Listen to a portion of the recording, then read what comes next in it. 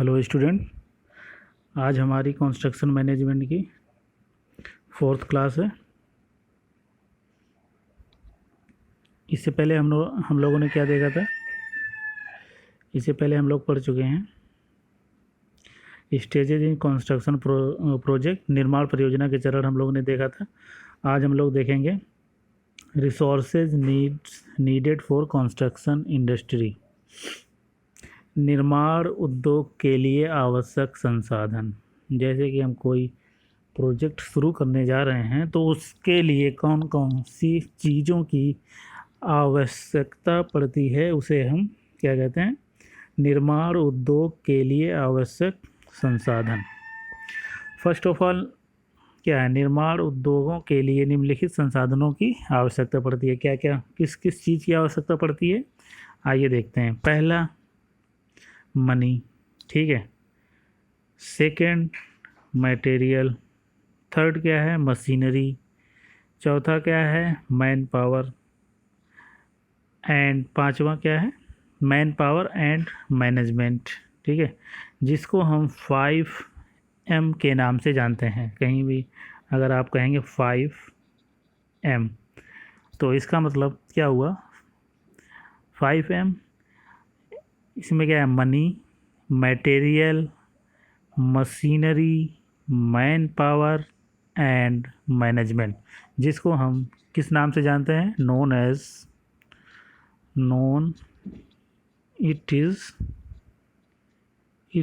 is known as 5 it is known as 5M। अब हम देखेंगे मनी में। फर्स्ट ऑफ ऑल पहला हम लेके चलते हैं मनी। मनी को हम क्या बोलते हैं? पूंजी, ठीक है। हिंदी में हम क्या बोलते हैं? मनी। मनी में हम लोग देखते हैं मनी। पहला फर्स्ट क्या था हमारा? मनी। मनी को हम हिंदी में क्या बोलते हैं? पूंजी, ठीक है। अब पूंजी किसी परियोजना को, इसको हम डिफिनेशन क्या लिखेंगे? किसी परियोजना को मूर्ति रूप, किसी परियोजना को मूर्ति रूप देने के लिए फर्स्ट ऑफ ऑल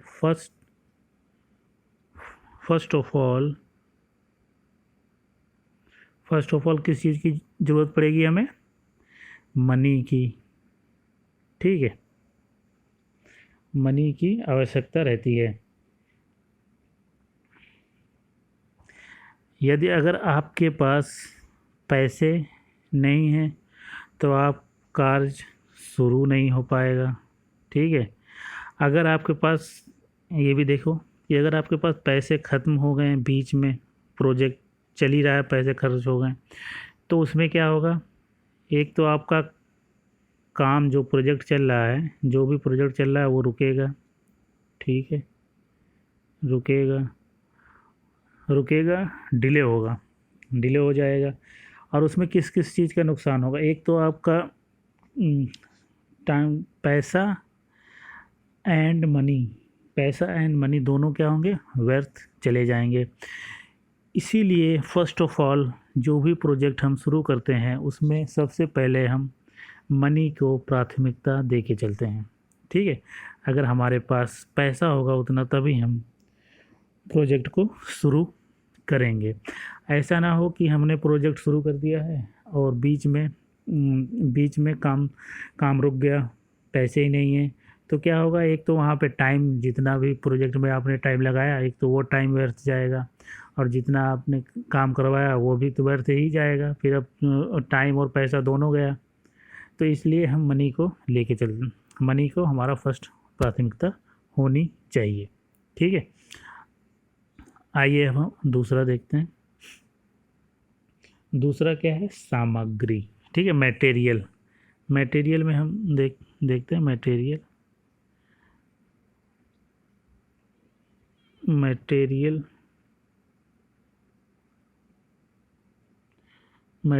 को हम क्या बोलते हैं? सामग्री। ठीक है, सामग्री क्या है? कोई भी परियोजना है, परियोजना की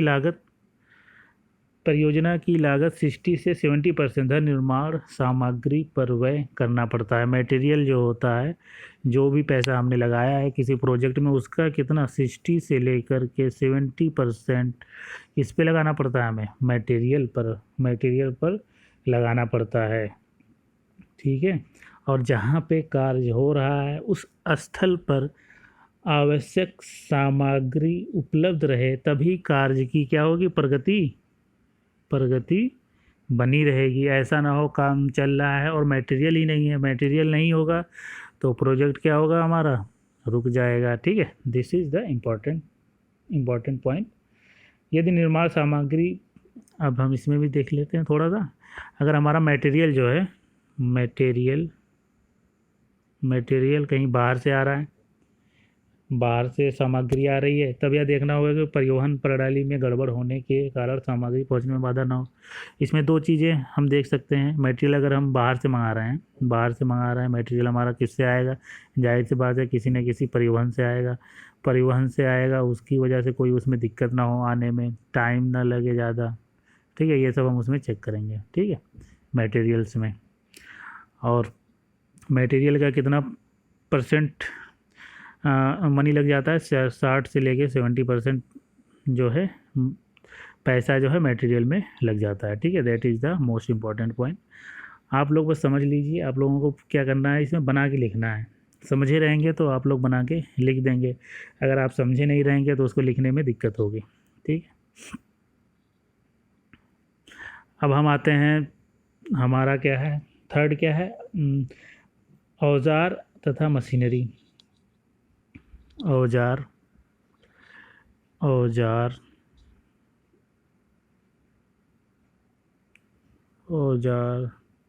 तथा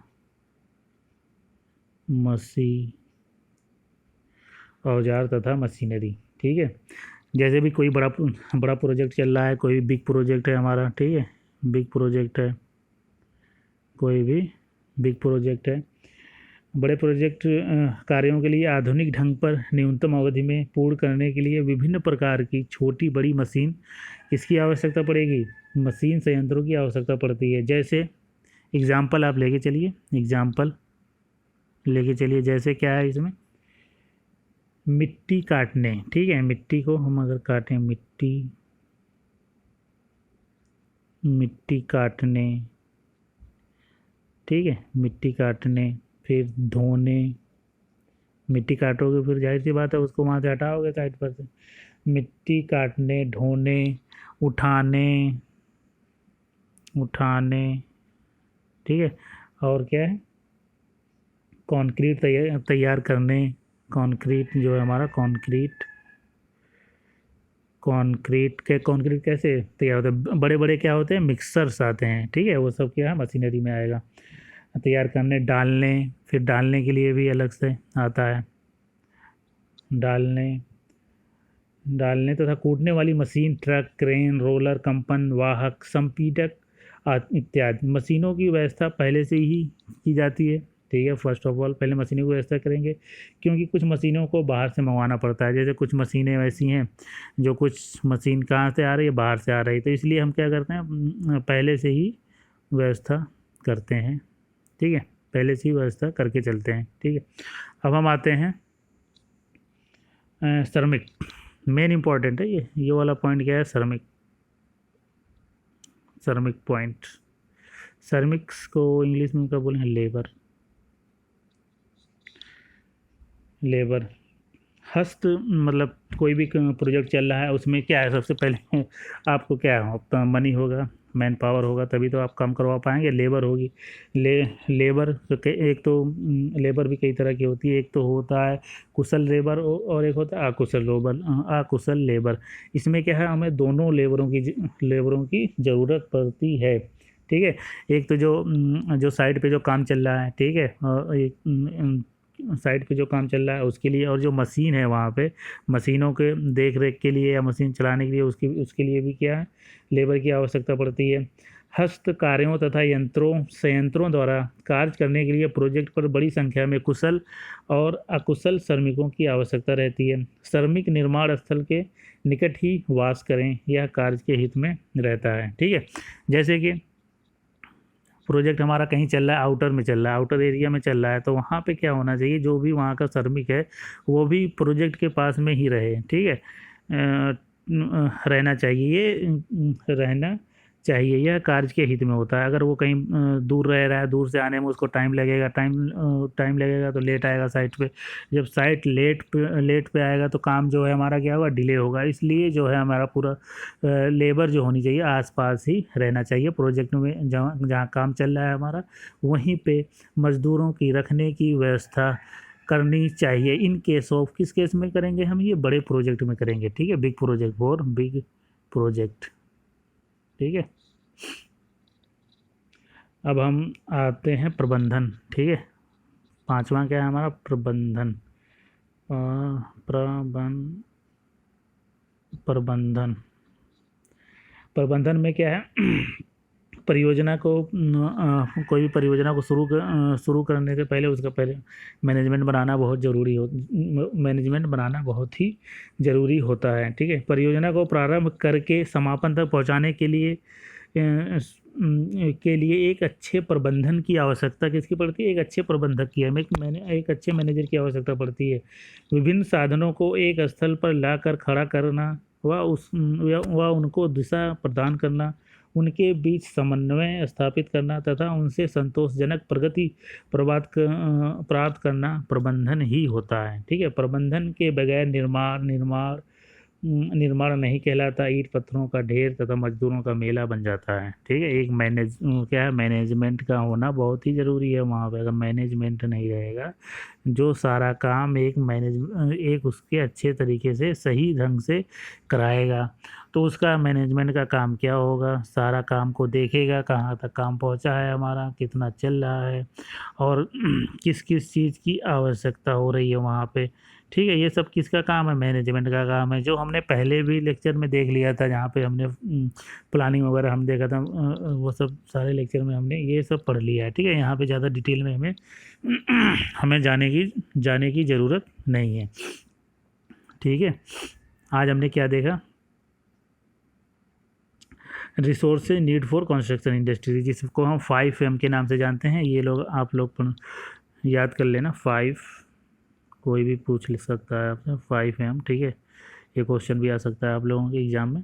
5M तो आपको क्या क्या लिखना पड़ेगा, money, material, machinery, man power and management.